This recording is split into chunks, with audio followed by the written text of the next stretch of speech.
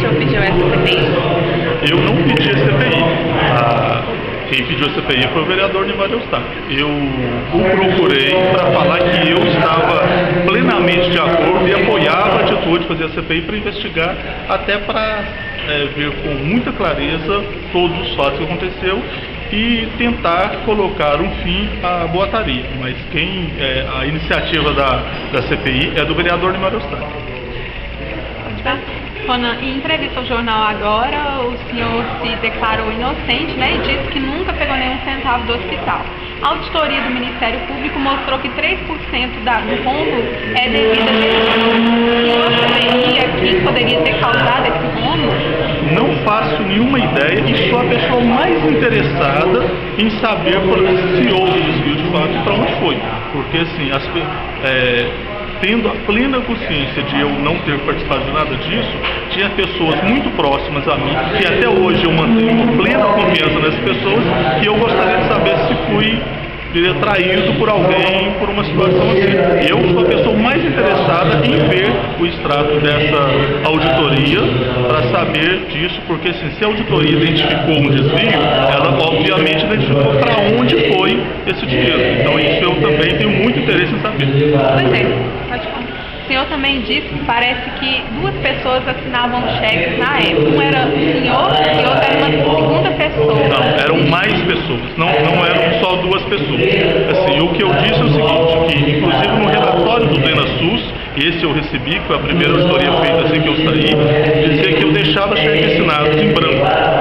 Claro que eu deixava, sempre deixei, porque todos os cheques do hospital precisavam de duas assinaturas. O cheque só com minha assinatura não valia de nada. E como eu viajava sempre a serviço, toda semana eu ia a São Paulo, ia ao Rio, viajava para fora do país com uma frequência a cada 2 meses no máximo, eu ia a algum país da América Latina. Então nessas viagens todas eu tinha que deixar cheques assinados. Eu deixava às vezes 20, 30, 50 folhas de cheque assinado, dependendo do tempo que eu ia ficar fora, ficavam guardados no cofre, e à medida que fosse sendo preciso, a outra pessoa que assinava ia utilizando e assinando. Mas quem é essa outra pessoa? O pessoal da diretoria do hospital. Então, assim, a questão toda precisa ser mostrado se houve desvio e para onde foi esse dinheiro supostamente desviado.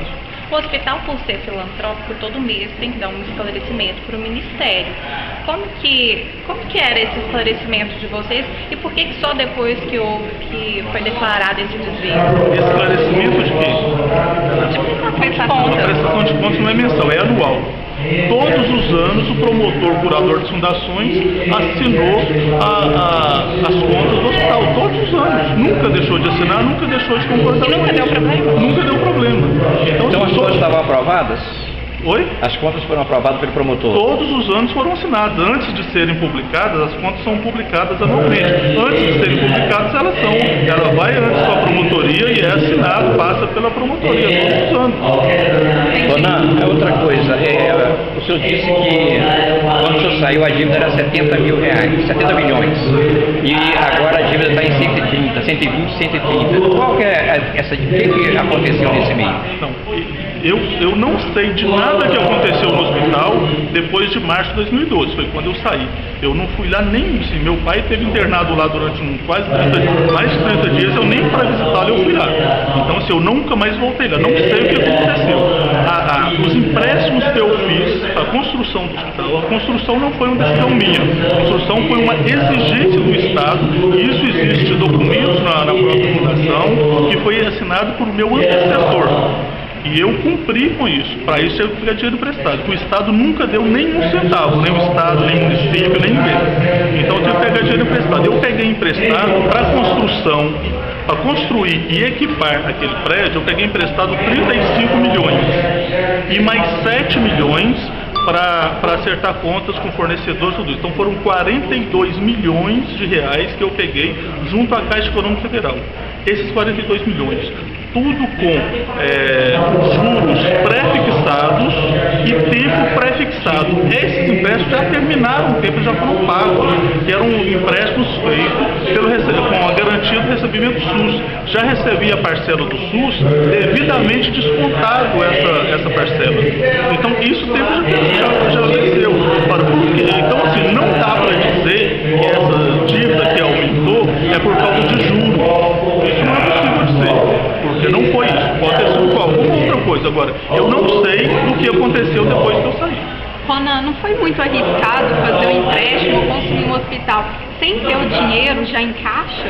Muito arriscado, todo mundo sabia disso. Agora, houve durante todo o período que a gente fez isso, a gente conversou com o Estado, com deputados, com o prefeito, com todo mundo, e todo mundo prometeu ajudar, vai sair, e nunca saiu. Então assim, e nós conversamos com a sociedade, com a imprensa, com os empresários todos, e nunca chegou ajuda nenhuma.